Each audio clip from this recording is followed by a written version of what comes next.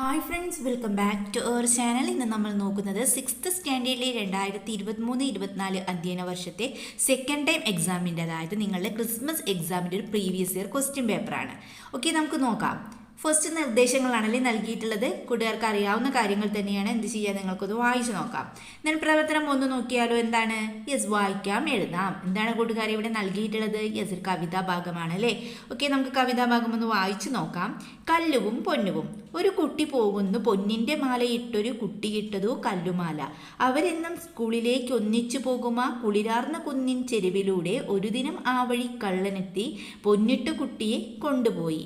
അവളുടെ നിലവിളി കേൾക്കയായി മലയുടെ താഴ്വാരം എങ്ങുമെങ്ങും. അതു കേൾക്കെ അതിവേഗം ഓടിയെത്തി അവളുടെ പൊന്നോമൽ കൂട്ടുകാരി.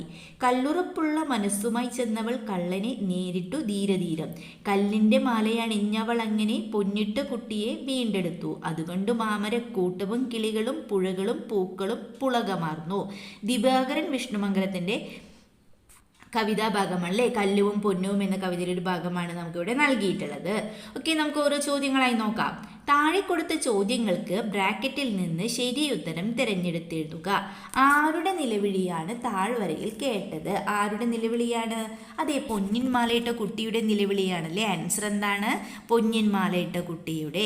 ദെൻ കുട്ടികൾ സ്കൂളിൽ പോയിരുന്നത് ഏത് വഴിയിലൂടെയാണെന്നാണ് ചോദിച്ചിട്ടുള്ളത്. മാമരങ്ങൾക്കിടയിലൂടെ, താഴ്വാരത്തിലൂടെ, കുന്നിൻ ചെരുവിലൂടെ.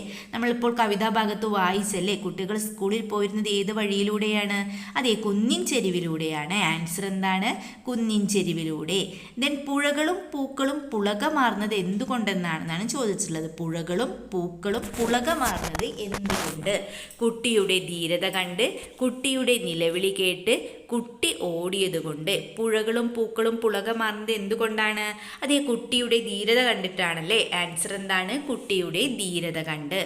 ദെൻ ഫോർത്ത് ക്വസ്റ്റ്യൻ നോക്കാം. കല്ലുറപ്പുള്ളത് എന്തിനാണ്? മനസ്സിന്, പൊന്നിൻ മാലയ്ക്ക്, കല്ലുമാലയ്ക്ക്. എന്തിനാണ് കൂട്ടുകാരെ കല്ലുറപ്പുള്ളത്? അതെ, മനസ്സിനാണല്ലേ. ആൻസർ എന്താണ്? മനസ്സിന്. ദെൻ കല്ലുമാല ഇട്ട കുട്ടി കള്ളനെ നേരിടാൻ കാരണം എന്താവാം എന്നാണ് ചോദിച്ചിട്ടുള്ളത്. എന്താണ്? കല്ലുമാല ഇട്ട കുട്ടി കള്ളനെ നേരിടാൻ കാരണം എന്താവാം? പൊന്നിൻമാല മോഹിച്ച് ധീരത കാണിക്കാൻ, കൂട്ടുകാരിയോടുള്ള സ്നേഹം കൊണ്ട്. ആൻസർ എന്താണ്? അതെ, കൂട്ടുകാരിയോടുള്ള സ്നേഹം കൊണ്ടാണല്ലേ. കല്ലുമാല ഇട്ട കുട്ടി കള്ളനെ നേരിടാൻ കാരണം എന്താണ്? യെസ്, കൂട്ടുകാരിയോടുള്ള സ്നേഹം കൊണ്ട്. ഓക്കെ, ഇത് നെക്സ്റ്റ് ക്വസ്റ്റ്യൻ നോക്കൂ. പ്രവർത്തനം 2. തീർച്ചയായും നിങ്ങൾ പഠിച്ചിരിക്കേണ്ട ഒരു ക്വസ്റ്റ്യൻ ആണ്. ഇതെന്താണ്? യെസ്, കഥാപാത്ര നിരൂപണമാണല്ലേ. നോക്കൂ, സാവധാനത്തിലുള്ള ചലനങ്ങളും മൃദുലമായ സംസാരവും കൈമുതലായ കുഴലൂത്തുകാരൻ ഹാമിലിൻ പട്ടണത്തിലെത്തിയ കഥ നിങ്ങൾ വായിച്ചല്ലോ. കുഴലൂത്തുകാരൻ്റെ രൂപം, സ്വഭാവ സവിശേഷതകൾ, പെരുമാറ്റം എന്നിവ ഉൾപ്പെടുത്തി കഥാപാത്ര നിരൂപണം തയ്യാറാക്കുക. കഥാപാത്ര നിരൂപണം ആരെക്കുറിച്ചിട്ടാണ്? അതായത് ആരെക്കുറിച്ചിട്ടാണ് കൂട്ടുകാരെ? കുഴലൂത്തുകാരനെ കുറിച്ചാണല്ലേ. അപ്പം നമുക്ക് എന്തൊക്കെ എഴുതാം?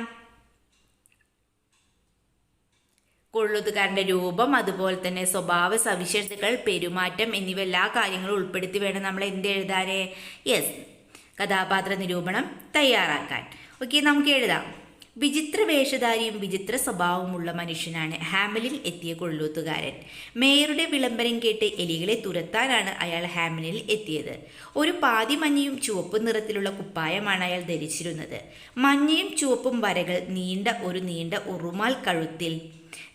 ഒരു ഉറുമാൽ കഴുത്തിൽ കെട്ടിയിരുന്നു. അതിൻ്റെ അറ്റത്തായി കുഴലും തൂക്കിയിട്ടിരുന്നു. സാവധാനത്തിലുള്ള ചലനവും മൃദുവായ സംസാരവുമായിരുന്നു അയാളുടേത്.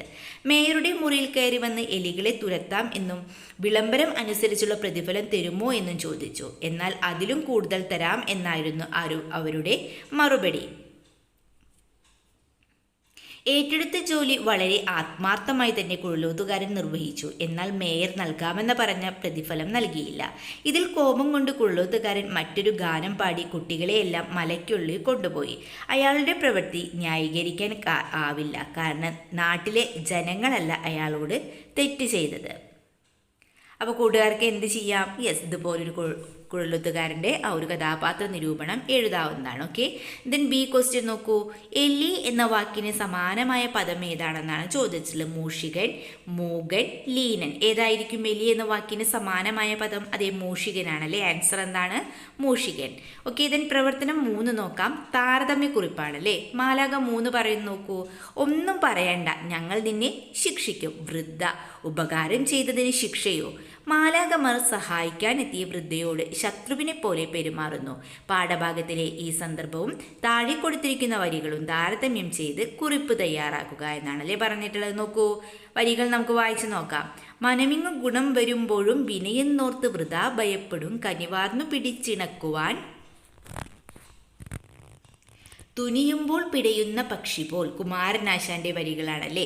എന്താണ് കൂട്ടുകാരി വൃഥ എന്ന് പറഞ്ഞാൽ? അതെ, വെറുതെ. ദെൻ ബിന, യെസ്, നാശമല്ലേ. കനിവ് നമുക്കറിയാം എന്താണ്? ദയയാണല്ലേ. കുമാരനാശാന്റെ വരികളും അതുപോലെ എന്ത് ചെയ്യണം കൂട്ടുകാരെ? മുകളിൽ കൊടുത്തിട്ടില്ലേ മാലാക 3, അതുപോലെ തന്നെ വൃദ്ധയും തമ്മിലുള്ള സംഭാഷണത്തിന്റെ ഭാഗം അതും കൂടി വായിച്ചു നോക്കുക. എന്നിട്ട് എന്ത് ചെയ്യുക? താരതമ്യക്കുറിപ്പ് തയ്യാറാക്കുക. ഓക്കെ, നമുക്ക് എഴുതാം. സിംഹത്തിന്റെ മുന്നിൽ നിന്നും രക്ഷിച്ച വൃദ്ധയോട് മാലാഖമാർ അത് തിരിച്ചറിയാതെ ശത്രുവിനോടെന്ന പോലെ പെരുമാറുന്നതാണ് ചോദ്യത്തിന്റെ ആദ്യ ഭാഗത്ത് കൊടുത്തിരിക്കുന്നത്. ദയ തോന്നി നല്ല ഭക്ഷണം കൊടുത്ത് വളർത്താനായി പിടിക്കുന്ന പക്ഷിയും നമ്മളെ തെറ്റിദ്ധരിച്ച് രക്ഷപ്പെടാനായി ചിറകടിക്കുന്നു. പക്ഷിക്ക് ഗുണമാണ് വരുന്നതെന്ന് തിരിച്ചറിയാൻ കഴിയുന്നില്ല. സമാന ആശയമുള്ള വായനാക്കുറിപ്പുകളാണ് ഇത് രണ്ടും. ഉപകാരികളെ തിരിച്ചറിയാതെ ദുഃഖത്തിൽപ്പെടുന്നു എന്നതൊരു ലോക രീതിയാണ്. അപ്പം നിങ്ങൾക്ക് എന്ത് ചെയ്യാം? ഇതുപോലെ താരതമ്യം ചെയ്തൊരു കുറിപ്പ് തയ്യാറാക്കാവുന്നതാണ്.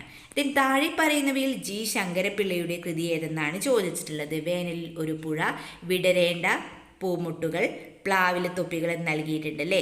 അപ്പം ഇതിലേതാണ് ജി ശങ്കരപ്പിള്ളയുടെ കൃതി? അതെ, പ്ലാവിലെ തൊപ്പികളാണല്ലേ. ആൻസർ എന്താണ്? പ്ലാവിലെ തൊപ്പികൾ. ഓക്കെ, ദെൻ നമുക്ക് പ്രവർത്തനം 4 നോക്കാം. എന്താണ്? വിശകലന കുറിപ്പാണല്ലേ.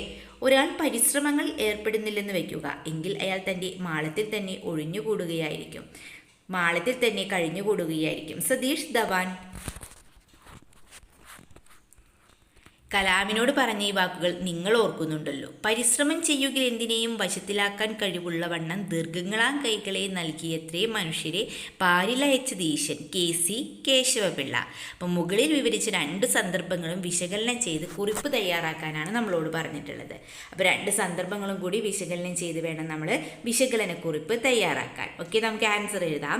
സതീഷ് ധവാന്റെ ഈ വാക്കുകളുടെ അർത്ഥം പരാജയപ്പെട്ട് നിരാശനായി തൻ്റെ മാളത്തിൽ ഒളിക്കാതെ വീണ്ടും പരിശ്രമിക്കുക, അതിനായി നൽകുന്ന ഉത്ബോധനമാണ് ഈ വരികളിലുള്ളത്. KC കേശവപിള്ളയുടെ വരികളിൽ പരിശ്രമിക്കുക, എന്തും നേടിയെടുക്കാൻ കഴിവുള്ളവനാണ് മനുഷ്യൻ എന്ന് നമ്മെ ഓർമ്മിപ്പിക്കുന്നു. 2 ഭാഗങ്ങളും വിശകലനം ചെയ്യുമ്പോൾ നിരന്തരമായ പരിശ്രമത്തിലൂടെ എന്തും നേടിയെടുക്കാൻ മനുഷ്യന് കഴിയും എന്ന് മനസ്സിലാക്കാം. ആദ്യം പരാജയപ്പെട്ടാലും അന്തിമ വിജയം പരിശ്രമശാലികൾക്ക് തന്നെയായിരിക്കും. ഇതാണ് ഈ വായനാഭാഗങ്ങൾ വിശകലനം ചെയ്യുമ്പോൾ മനസ്സിലാകുന്നത്. അപ്പോൾ നിങ്ങളും എന്ത് ചെയ്യുക? ഈ 2 ഭാഗങ്ങളും വായിച്ച് എന്നിട്ട് വിശകലനക്കുറിപ്പ് തയ്യാറാക്കുക. ഓക്കെ, വിശകലനക്കുറിപ്പ് തയ്യാറാക്കുക. ഓക്കെ, നെക്സ്റ്റ് ക്വസ്റ്റ്യൻ നോക്കാം. പ്രവർത്തനം 5 ഉപന്യാസം. ഒരു ജാതി, ഒരു മതം, ഒരു ദൈവം മനുഷ്യന്. വിദ്യ കൊണ്ട് പ്രബുദ്ധരാവുക. അനാവശ്യ ധനച്ചെലവ് ഒരു മംഗളകർമ്മത്തിനും പാടില്ല. കൃഷി ചെയ്യണം, കൃഷിയാണ് ജീവരാശിയുടെ നട്ടെല്ല്. കെട്ടുകല്യാണം എന്ന പാഠഭാഗം വായിച്ചുവല്ലോ. അന്ധവിശ്വാസങ്ങൾക്കും അനാചാരങ്ങൾക്കും എതിരെ നാരായണ ഗുരു നടത്തിയ പോരാട്ടം കേരളത്തെ ഏറെ മുന്നോട്ട് നയിച്ചിട്ടുണ്ട്. മുകളിൽ നൽകിയിരിക്കുന്ന സൂചനകളും നിങ്ങൾക്കറിയാവുന്ന കാര്യങ്ങളും ചേർത്ത് ശ്രീനാരായണ ഗുരുവും കേരളവും എന്ന വിഷയത്തിൽ ഉപന്യാസം തയ്യാറാക്കുക. അപ്പോൾ നമ്മുടെ വിഷയം എന്താണ്? ശ്രീനാരായണ ഗുരുവും കേരളവും. ഉപന്യാസമല്ലേ. അപ്പം തുടക്കത്തിൽ നമുക്ക് എന്ത് എഴുതാം? കേരളത്തിൽ മുൻനിര സാമൂഹ്യ പരിഷ്കർത്താക്കളിൽ ഒരാളായിരുന്നു ശ്രീനാരായണ ഗുരു. അദ്ദേഹത്തിൻ്റെ കേരളത്തിലെ പ്രവർത്തനങ്ങളെക്കുറിച്ചാണ് ഈ ഉപന്യാസം. ഒരു ജാതി, ഒരു മതം, ഒരു ദൈവം മനുഷ്യനെ. വിദ്യ കൊണ്ട് പ്രബുദ്ധരാവുക. അനാവശ്യ ധനച്ചിലവ് ഒരു മംഗളകർമ്മത്തിനും പാടില്ല.